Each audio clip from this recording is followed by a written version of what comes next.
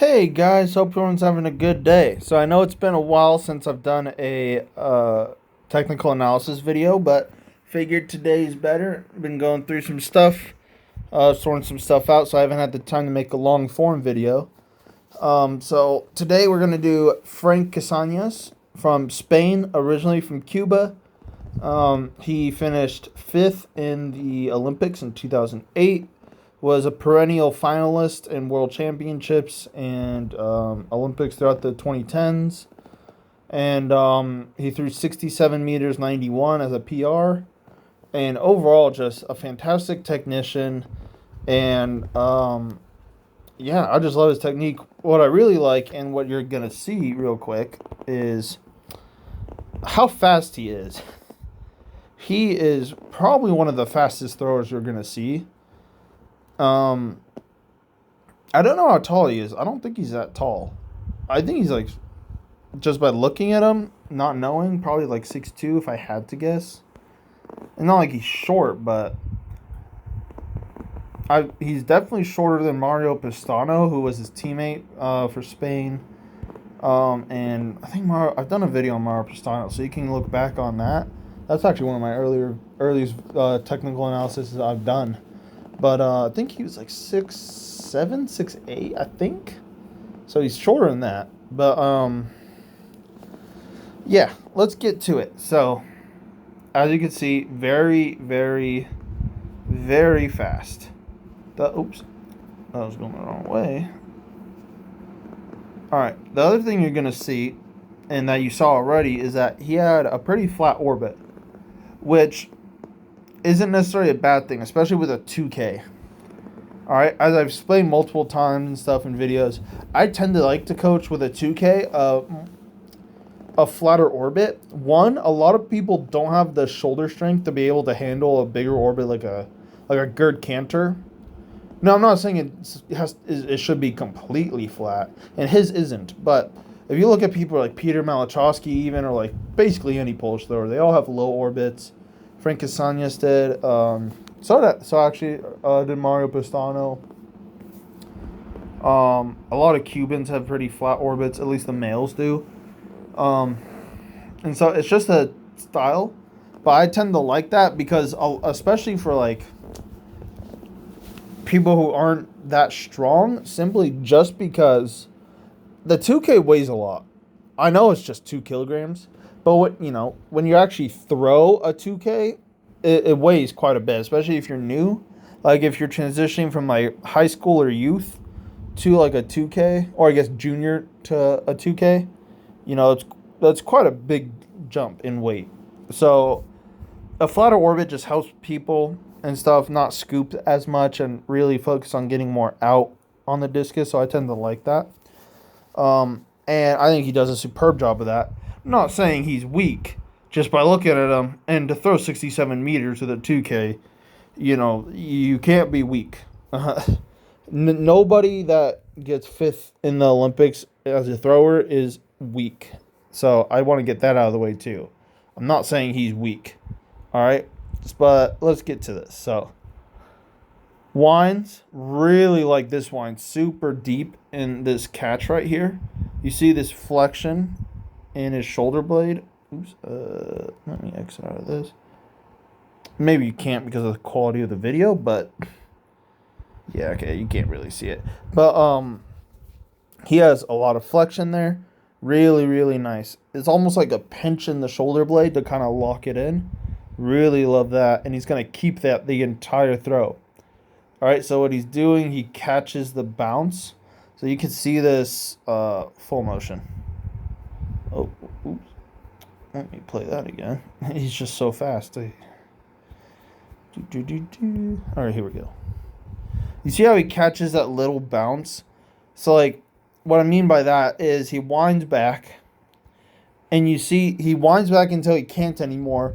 That stretch kind of bounces it, and then before it can go back forward, he starts turning and keeps the discus behind him. What that does is it keeps the stretch in your pec throughout the entire throw, so that you always maintain tension there, which is what you want. All right, so now we get here. Oh, we were already here. Let's go. As he turns, really long in the arms. Really love that. And you see how he kind of sits down. So he starts. Oh, I didn't even cover that. He starts actually kind of wide. No, not really. Not really that wide. Starts already in a little quarter squat. Really like that. Really like the flat wind.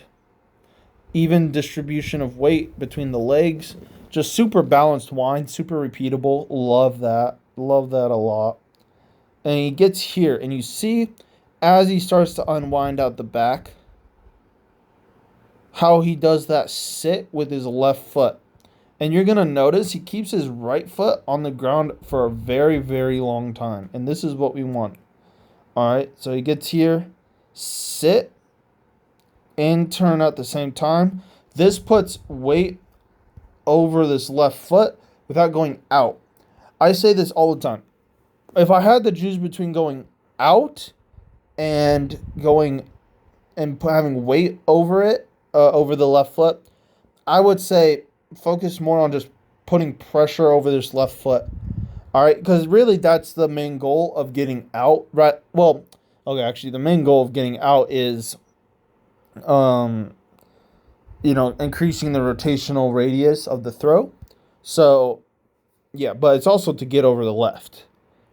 But this sit down, Gerd Cantor probably did this the best, of just sit and go and stuff, and that's really nice. So you see, like, right here, let me switch to this final line. Wow, it's a terrible line. That's still a terrible line. There we go. His armpit isn't over his knee, but it's over his foot. That's what we want right there. All right. So he still has weight over.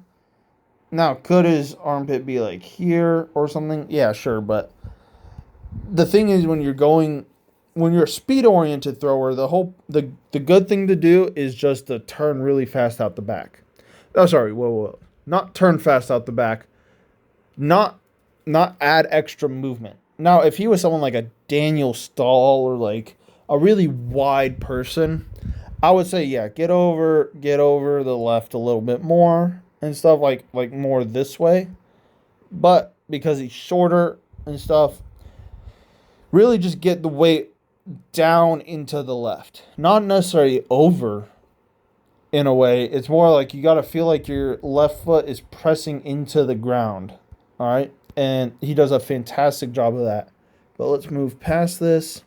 I would like to see his left arm a little more here than down. But it's not like he's collapsing, so it's fine. Gets here. Yeah, I would just like this left arm. If it was me, personally, I would like his left arm more there instead of down. So that shoulders would tilt more and his discus would be here. But this is how you get, again, this is how you get a flatter orbit, by doing what he's doing. And stuff, is this kind of stuff. So it makes sense. Opens really nice. Holds the chest. Look at his sweep. Look at how wide that is. That's so wide. The hip is with him. It's not behind him. So he's not kicking, his hip is sweeping. Very, very nice there. And he holds his chest forever. And now he gets down. Right there. Love the distance in between his knees right here. Love that. This angle right here with the chest. Love that. The chest over the knee. Ooh, I did not mean to do that. Let's go here. Love that. Love the pre-turn in the middle too. Right? Yeah. Yeah, because now he has full weight over. So when you catch, Robert Harding did this really nice too. Lars Riedel did this.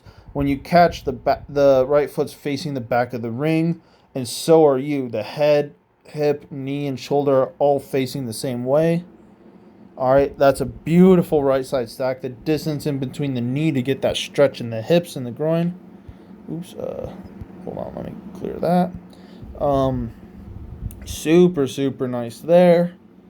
And then catches super deep right there. Really nice job there. Perfect T right here. Starting to get the stretch with the left arm. Really nice there. So I love the way he catches. This left arm clears his right side so he could turn through his right side like this. All right. As his left arm is starting to pull. No, sorry, it's not pull. It's not pulling. All right, what he's doing is now he's stretching. Think of like it's gonna feel when you throw like the very bottom of like a dumbbell fly, of like an incline dumbbell fly, where like there's a whole bunch of stretch right in your pec or your chest. All right, and you feel that insane amount of stretch. That's what he's trying to get. So he's trying to open up his chest with his left arm. All right, very, very nice there. And that's going to create that snap that you need. And look at this finish. Beautiful. Keeps turning that right foot all the way. And then this knee out. So you see how he gets this knee. And it's going to go out and around, and that's what we want. Oops, let me clear that. All right, that's backwards. See that? It's very subtle, but that's what gets the hip into the throw. Because you could turn your knee and your foot and whatever without turning your hip, and the hip is the most important thing in the throw. The hips are what dictate the throw. If you have bad hips through the throw, you're gonna have a bad throw. It doesn't really matter what else you do. All right, you gotta have stable, strong hips throughout the entire throw.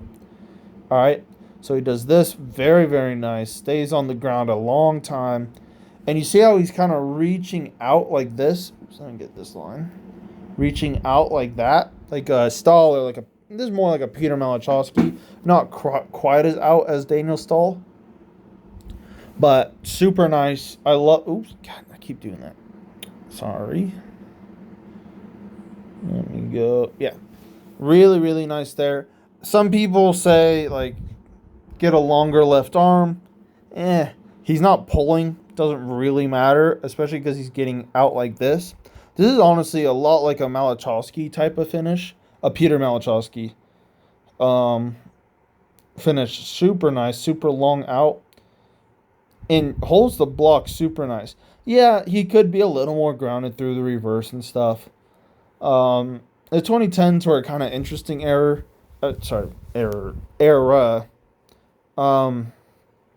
Where obviously it's not like it was like 50 years ago or something. It was literally just a decade ago. But yeah, there were like a lot of fads going on in like throwing and stuff and whatnot. And this was kind of one of them. It's not really. I guess in the 2010s, it was more of the holding the left arm like a Ryan Whiting, which I'm glad has gone away. But that's a rant for another day.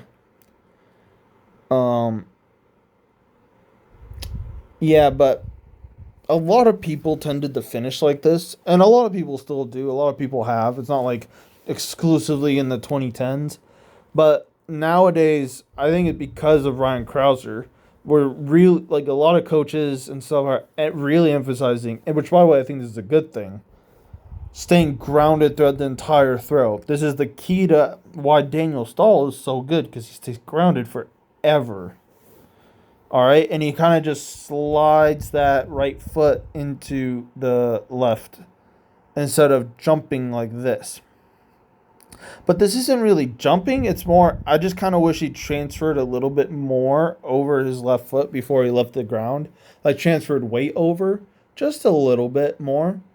But it's not like the worst thing in the world. But nor is this like his best throw ever. But yeah, overall just fantastic technician. But as you can see, let's see, his left foot is here. Oh, oops. Left foot there. Let's see, where does his right go? Right there. You see, so he under rotates. All right, so he just reversed a little bit too early. Just a little bit. Didn't get that full rotation through. All right, but that's a nitpicky thing, but that's just to keep in mind. Because when you reverse, that right foot should replace wherever that left foot was when you landed in the front.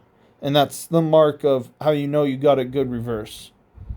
Because that means you transferred all your energy through your block, which is what you want.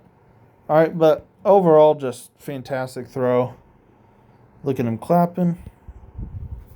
And yeah, other than that, just really, really nice. Oh, sorry, I didn't even explain. Oh, I guess I did explain the flat orbit. Yeah, never mind. But yeah, he does a fantastic job of that.